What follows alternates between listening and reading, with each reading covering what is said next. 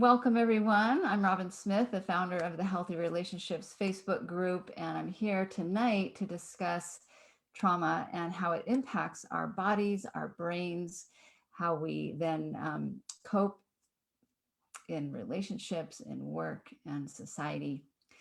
And I've just been so inspired by my recent studies that I'm bursting with information, and I want to share with you some resources, because that's how you can get educated too and start understanding, maybe why you might be the way you are, and why maybe someone acts out or has trouble functioning, and how our society is so strongly impacted by trauma.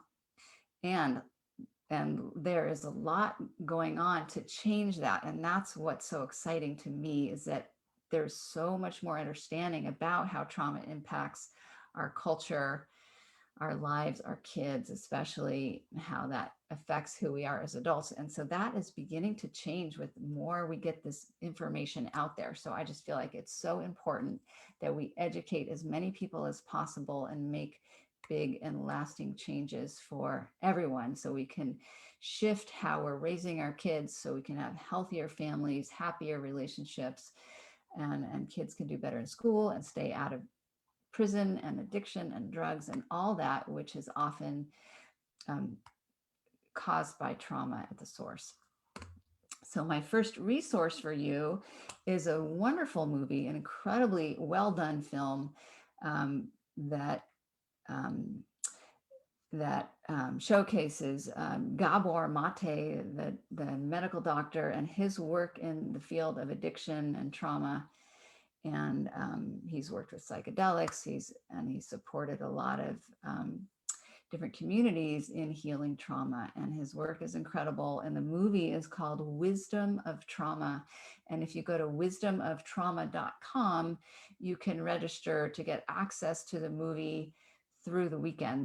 They just extended the window for this, and I just highly recommend it. It's totally free. They're asking for a donation. It's great if you donate, because then they can get the movie out to more places. So and then he has all these interviews with various different experts in the field. So check that out, wisdomoftrauma.com. And if someone could put that in the comments, that would be great, because I might mess it up again. And I don't want to do that. So wisdomoftrauma.com, check that out. And I wanted to show Gabor one of his books, which I really appreciate. This one,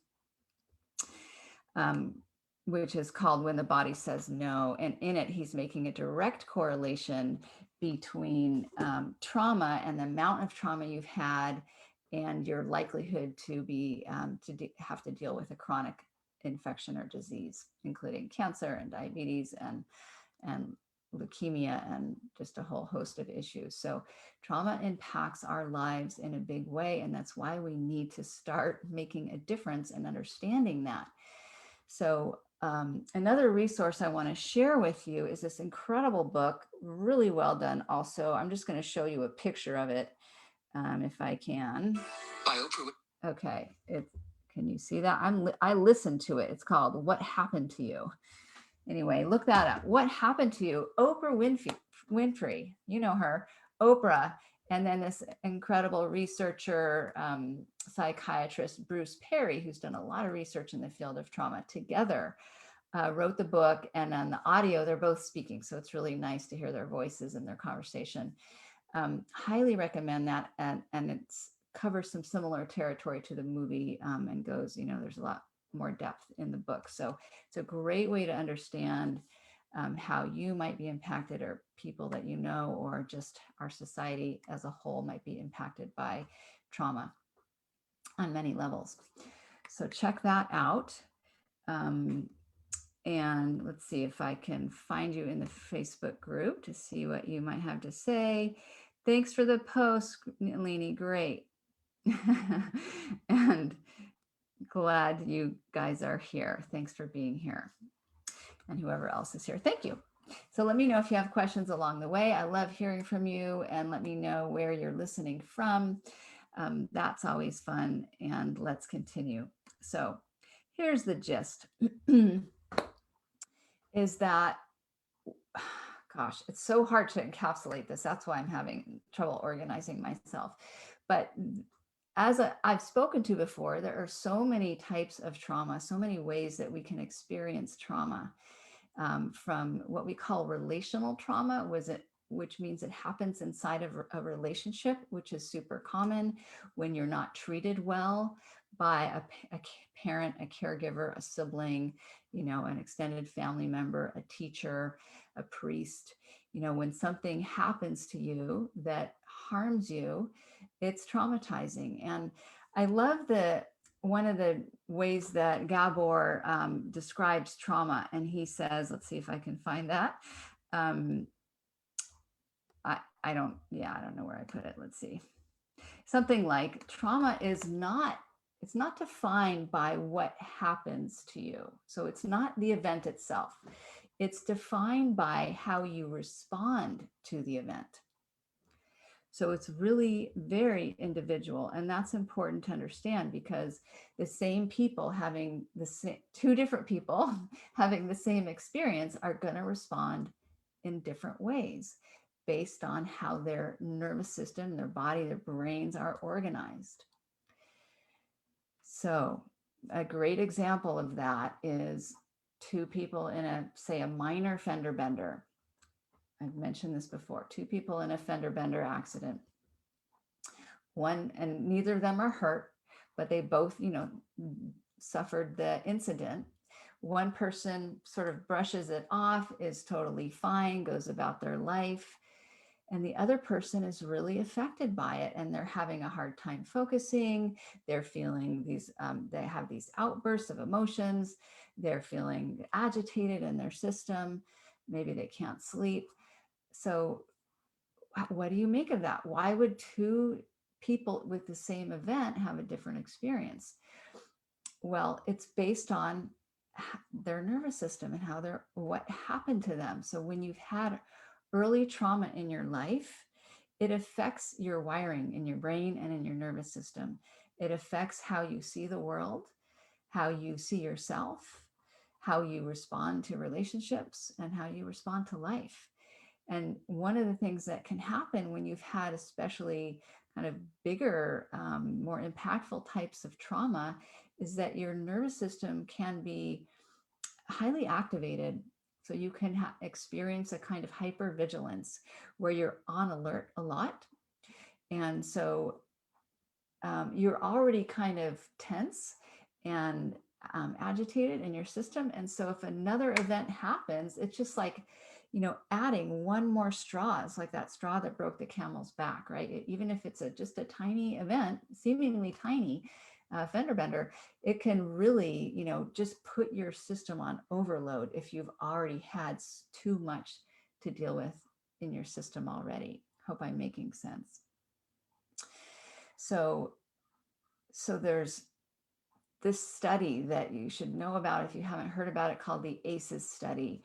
And I don't have in front of me when it was done, but I know it was done by Kaiser Permanente, and I want to say around 20 years ago, where they studied a group of people. Now, these were more I think, middle class and white people, but the study has been repeated multiple times with different populations. So it's pretty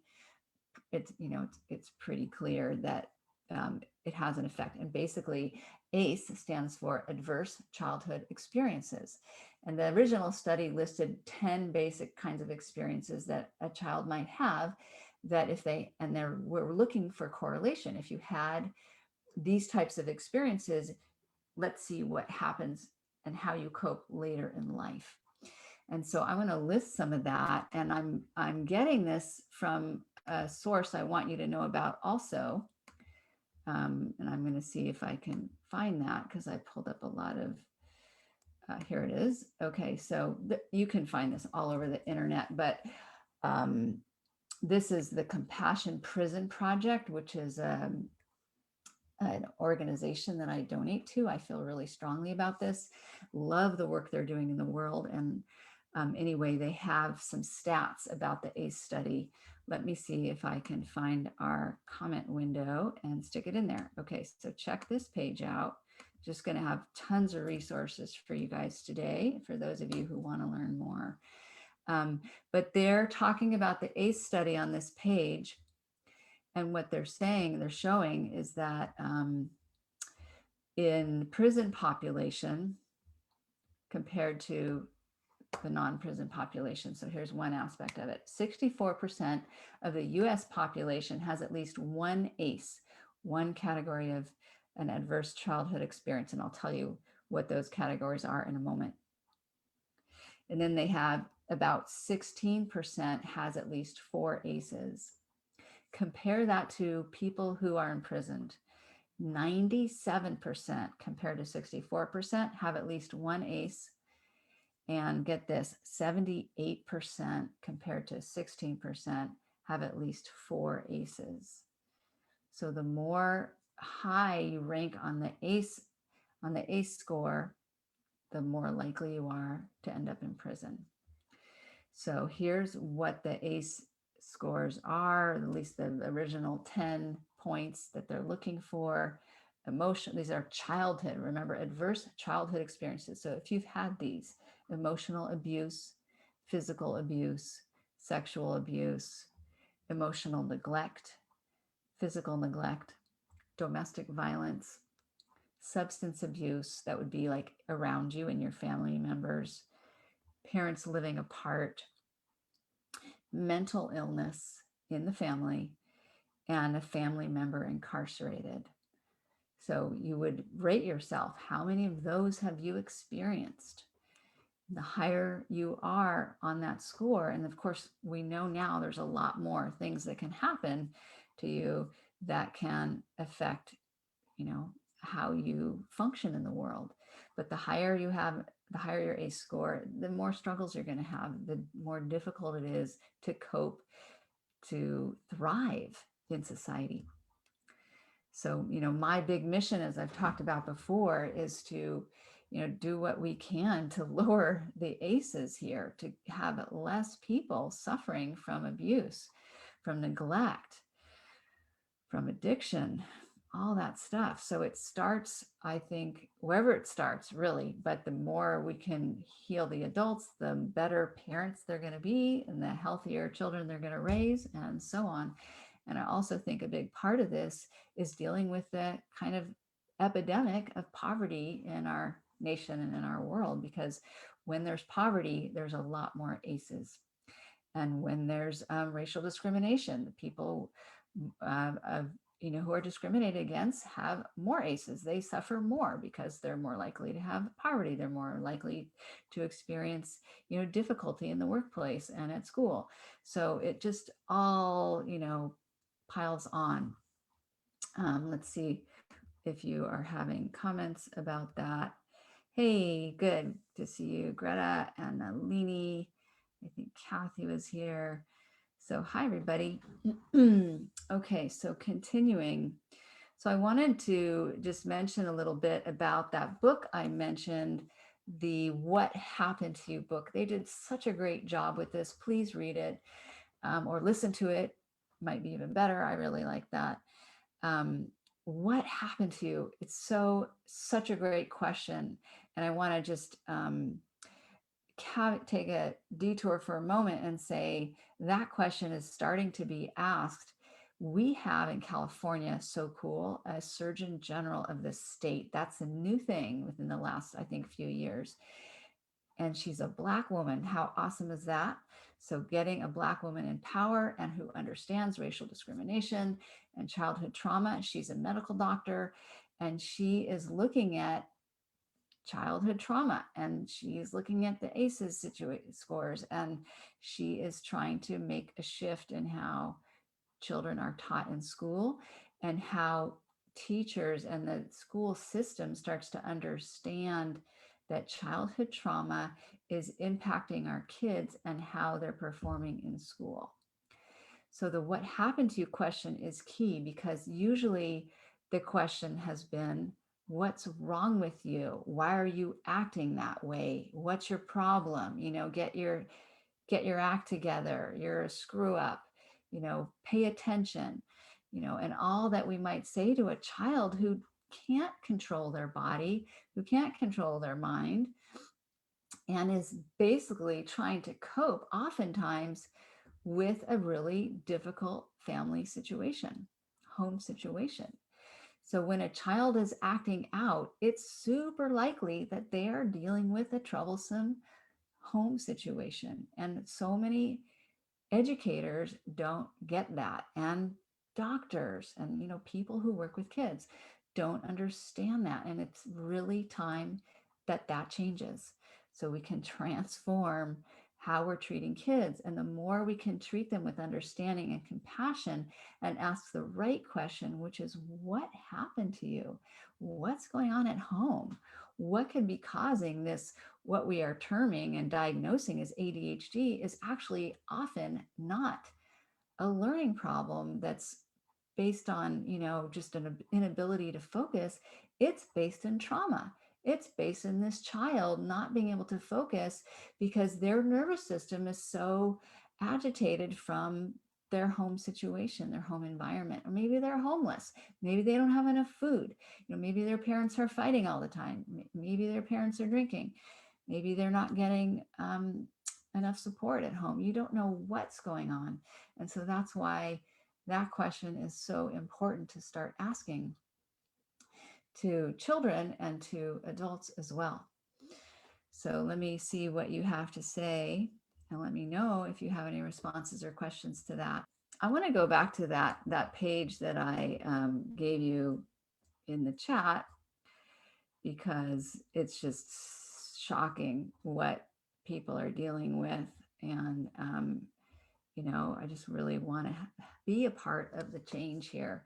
So when people have 4 ACE score, which score 4 or higher on the ACE test, they are 2.5 times more likely to be diagnosed with cancer or lung cancer, 3.7 times more likely to have anxiety, 4.4 times more likely to have chronic depression, 4.5 times more likely to develop Alzheimer's, 5.5 times more likely to engage in illicit drug use, 5.8 times, and they're updating these stats as they get them, 5.8 times more likely to have problematic alcohol use, 7 times more likely to go to prison if you have an ACE score of 4 or higher, 7.5 times more likely to experience violence, victimization in adulthood, 15 times more likely to attempt suicide. And wow, this is 1,350% more likely to face opiate abuse. I don't know if that's the same as opiate addiction, but I would imagine. So again, all these correlations between what happened at home, what happened to you in your childhood, and how you're surviving and coping as an adult. It's really tremendous. And what I'm loving about the Compassion Prison Project, and I hope you check out their work, is that they are, it's just, oh my God, if you go to their website, compassionprisonproject. Probably it's .org. I'm not sure. Let me just double check that. Compassionprisonproject.org. They have a video called Step Inside the Circle. I think about it and I just want to cry because it's so moving. It's so incredibly moving. It's just 6 minutes. You have to watch this.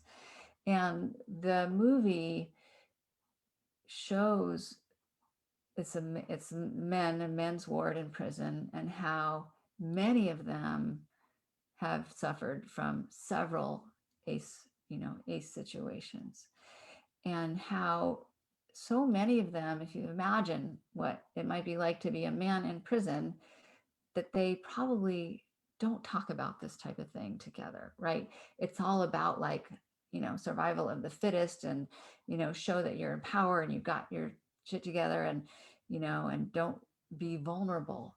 But their work, the Compassion Prison Project, is changing that. They're helping the men to see how much they have in common, and they're helping them to understand their childhood trauma and how sort of normal and understandable it is that they ended up committing the crimes they did because they didn't have proper skills. They didn't have coping skills. They didn't have support. Yeah, Kathy, those numbers really are astounding. I love that you just ordered that book, Nalini, and you say you've had 4 ACEs, and look at how well you're doing. So you can be grateful that you had some resources. And that's the thing, is that the more resources we have, a resource can be a lot of things. It can be a helping hand. It can be someone who cares, even outside the family, right? Someone who took an interest in you and realized you were struggling and you could use some support, or realized that you had a special gift and they wanted to help you out. It could be a pet. It could be something that you love to do, like an act, like a sport, or be in nature. So when we find a resource, and it's not too late to do that, by the way, and ideally multiple resources, we can start to help our nervous system to settle. We can, because resources are calming. So the more we can access a resource, the more likely we are to be able to cope better in life. And so if you had some childhood resources, you probably are doing better than those who didn't have too many resources. So be grateful for that. Really take a moment and, pat yourself on the back and give thanks for those who helped you through a difficult time, those who helped you survive an impossible situation. Because if you're doing fairly well, coping, surviving, you have food on the table, shelter over your head, maybe you're in some healthy relationships, you're doing pretty well. And of course, many of us struggle in subtle ways that aren't obvious, and we only ourselves know that. And so I want to segue into, again, another resource, which is community support. And that's why I love having this group for you, that you can feel held in this space, hopefully. And that also I want to support you in finding community where you feel held. It's a big reason why 12-step programs work. Of course, they have some methods that work, but they also have this incredible support of community, that you're not in it alone. You are together. And that's a big part of the Compassion Prison Project. The men are starting to see, oh, it's not just me. And I understand myself better. And there's compassion. As compassion starts to flow from a compassionate caregiver or a compassionate teacher, or maybe your football coach or whoever it was, you feel seen and held, and healing is more likely to occur. So that's why I love to offer group work, and it's why coaching can work, having a one-on-one support, and the group container that I offer in my women's group. And look for an opportunity to join that in the fall, but right now we're in the middle of it.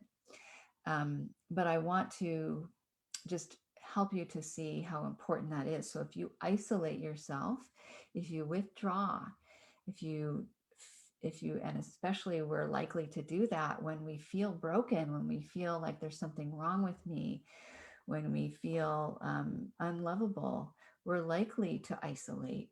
But remember, you're not alone. Remember that there's so many of us who've suffered from childhood trauma who can actually relate.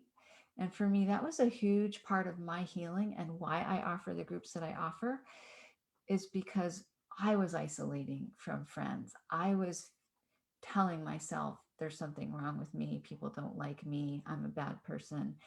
And I was feeling lonely. Even though I was married to my wonderful husband, I was still isolating.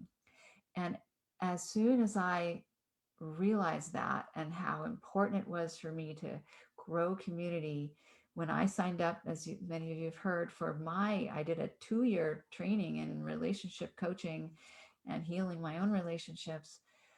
and I allowed myself to be seen and heard and understood, so much healing occurred for me. So it wasn't just the tools and skills I was learning. It was the simple fact that I was letting myself be seen and sharing my story.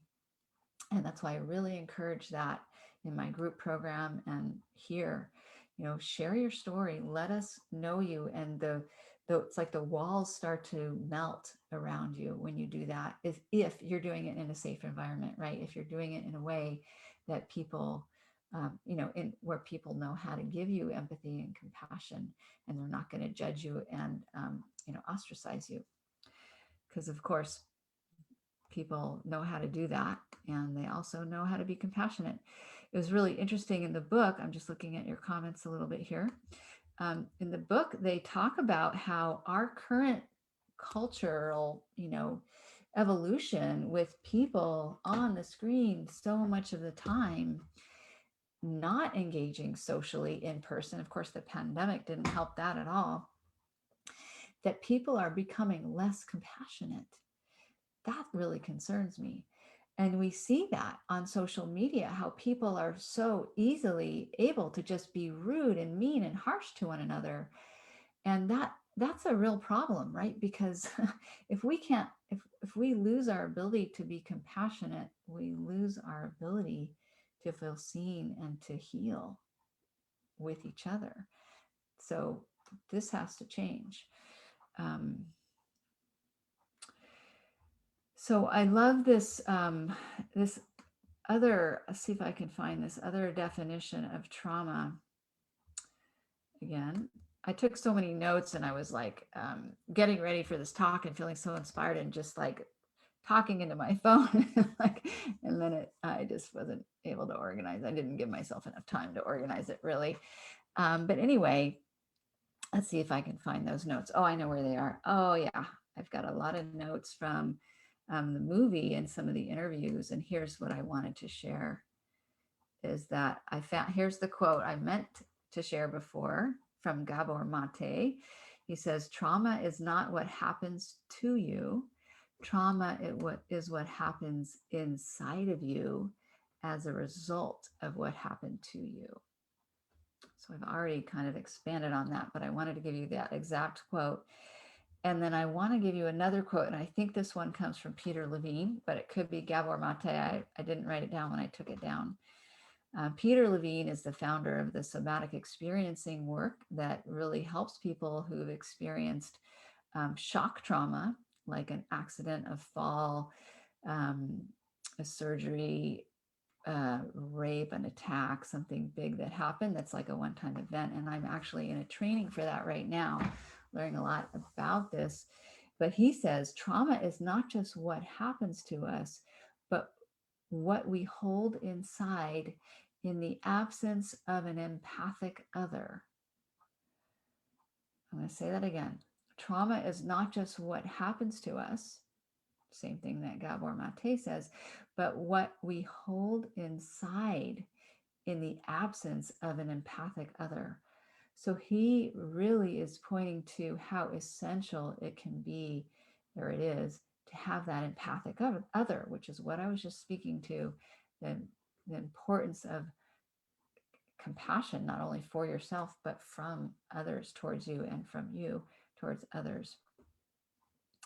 So when you don't have an empathic other, you're more likely to suffer from traumatic events. He gave an example. One of Peter Levine's books that I read is called, I just had it on the tip of my tongue.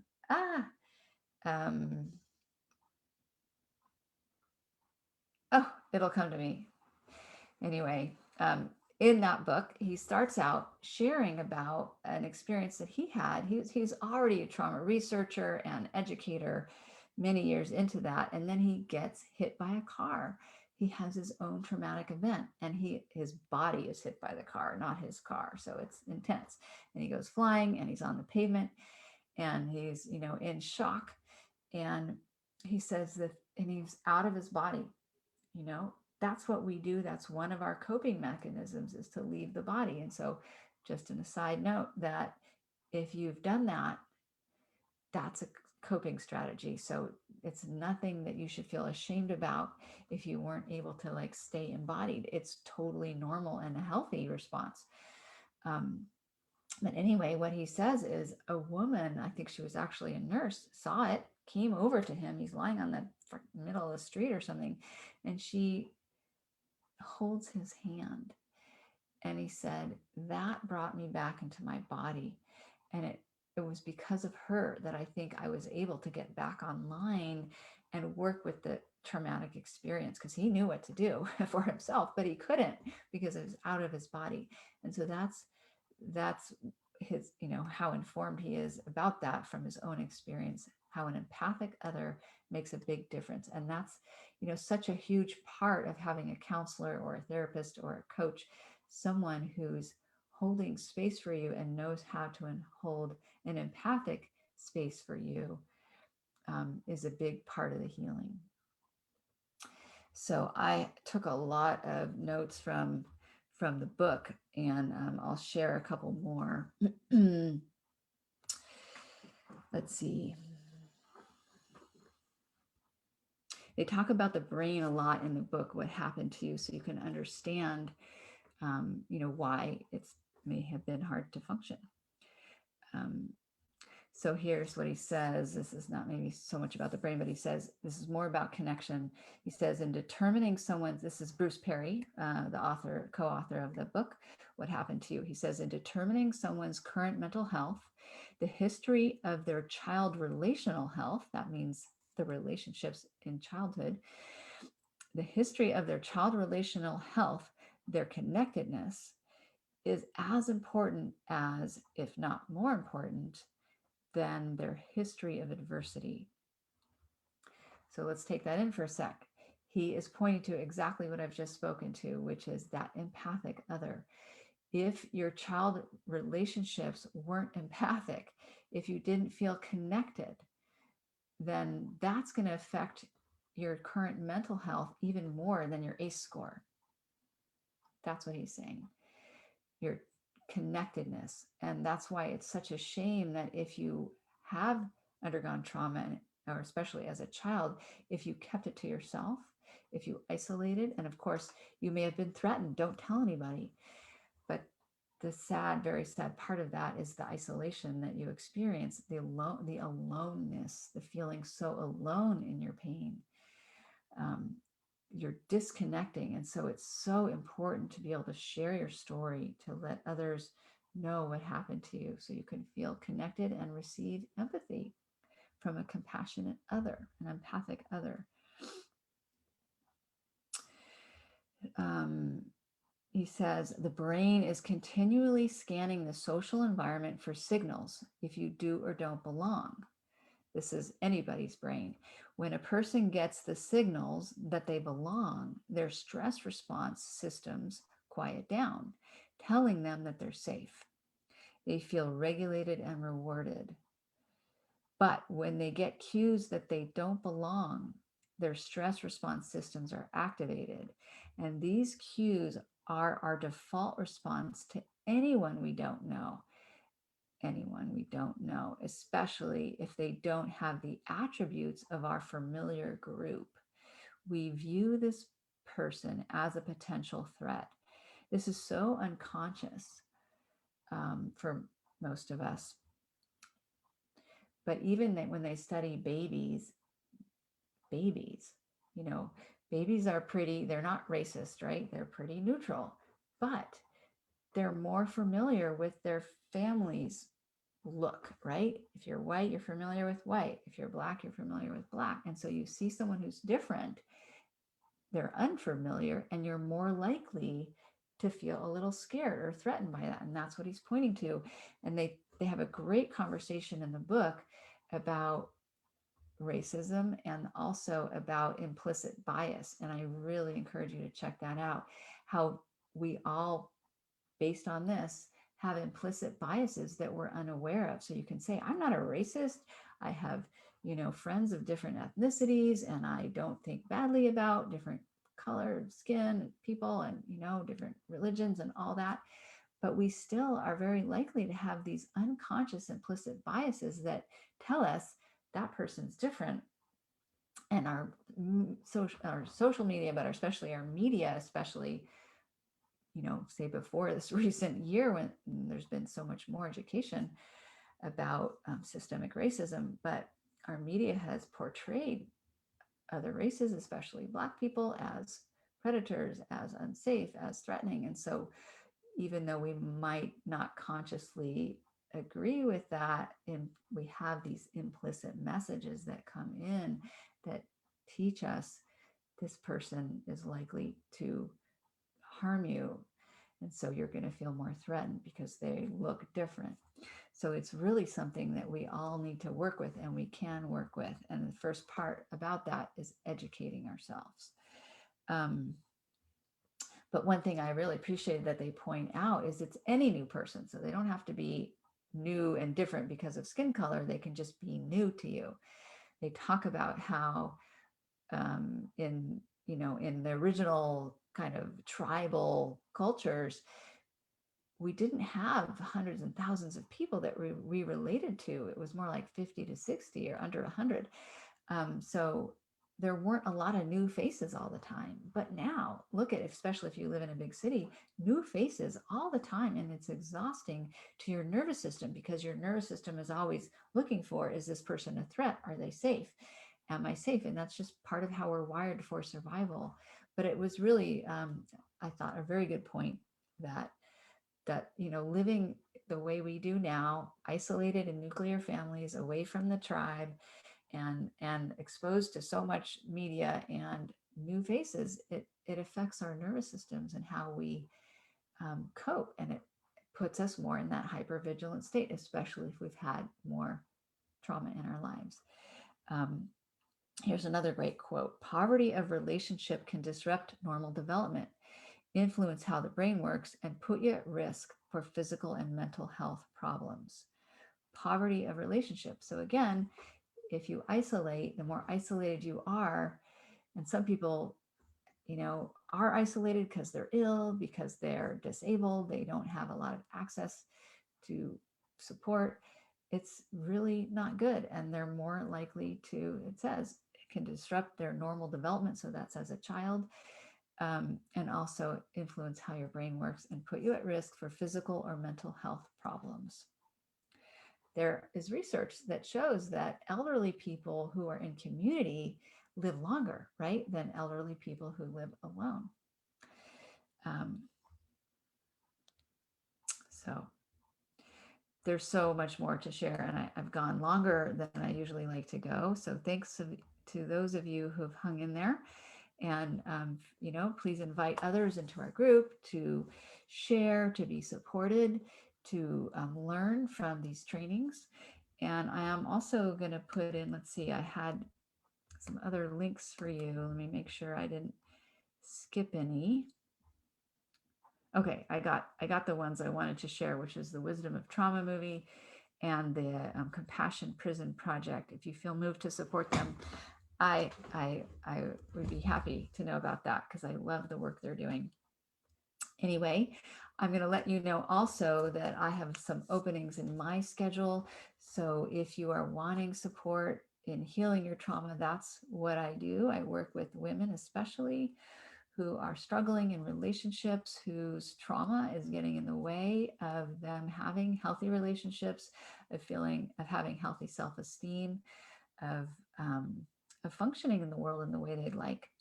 And what I like to offer is a free, what I call relationship breakthrough session, where we can look at where you are now and what's not working and where you want to be, and that gap between the two, and get you some clarity and some support. And I give a takeaway in the session for, what I see would be the next best step for you to getting closer to where you want to be. And then, of course, if you did want to work together more deeply, we can talk about that in that free breakthrough session. So I'm going to put a link here for anyone who wants to sign up. I just have some spots open over the next few days, so take advantage of that. It's totally free. And I'd be happy to meet you and support you in getting to your next level of thriving in your inner life and in your relationship life. So thanks so much for being here, everybody. Yeah, great to see those of you who are participating. Glad you've enjoyed this time, and we'll meet again next week. So let me look at my calendar, which is on the wall over there. Next week is June 25th or 24th, and I will be here. So I look forward to sharing another session with you then. So we're meeting, if you're wanting to meet live, it's Thursday evenings at 6 p.m. Pacific and 9 p.m. Eastern.